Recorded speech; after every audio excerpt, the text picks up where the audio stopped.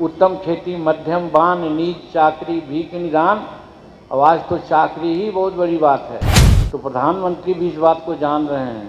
तो जब प्रधानमंत्री जान रहे हैं तो प्रधानमंत्री का चेला जीतन मांझी क्यों नहीं जानेगा उस चीज़ को। होठों पर पान की लाली है मगर पेट घी दूध से खाली है। उसमें भी ट्रेनिंग होती है, उसमें पैसा मिलता है और सर्टिफिकेट मिलने के बाद आपको बैंक से लोन मिलेगा ताकि अपना व्यापार आप कर सकते हैं। नमस्कार, स्वागत है आपका देशवा न्यूज में और मैं आपके साथ राजनंदिनी। देखिए, केंद्रीय मंत्री और हम पार्टी के संरक्षक जीतन राम मांझी के लिए आज अभिनंदन समारोह किया गया। आपको बता दें कि इस अभिनंदन समारोह में हम पार्टी के जितने भी तमाम कार्यकर्ता थे सभी की मौजूदगी थी, यहाँ तक कि संतोष सुमन की भी मौजूदगी थी।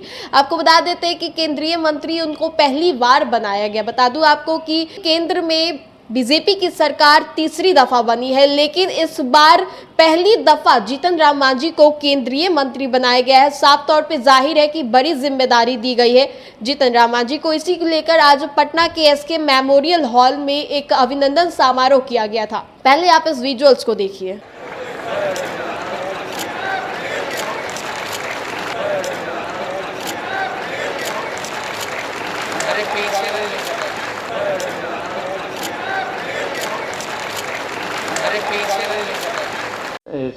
कौन सेवा, ग्राहक सेवा चलाते हैं, उन लोगों से जाकर पूछिए, अपने वीडियो से पूछिए कि प्रधानमंत्री विश्वकर्मा योजना का रजिस्ट्रेशन कैसे होता है।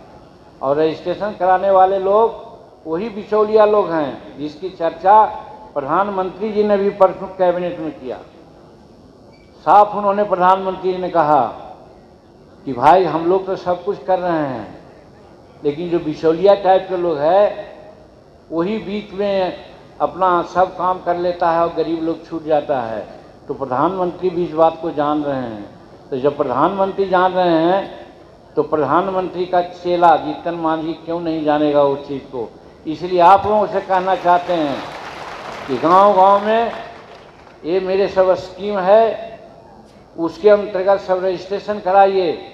रजिस्ट्रेशन कराने के बाद यहाँ खादी ग्राम उद्योग में या फिर हमारे NSIC का है, उसमें भी ट्रेनिंग होती है, उसमें पैसा मिलता है और सर्टिफिकेट मिलने के बाद आपको बैंक से लोन मिलेगा ताकि अपना व्यापार आप कर सकते हैं। तो इसीलिए पुराने ज़माने में जो कहा गया था, उत्तम खेती, मध्यम बान, नीच चाकरी, भीख निदान। अब आज तो चाकरी ही बहुत बड़ी बात है। एक चपरासी का आदमी भूखे रहता है लेकिन पटना टाउन, गया टाउन में घूमता है, वही को कहा जाता है होठों पर पान की लाली है मगर पेट घी दूध से खाली है।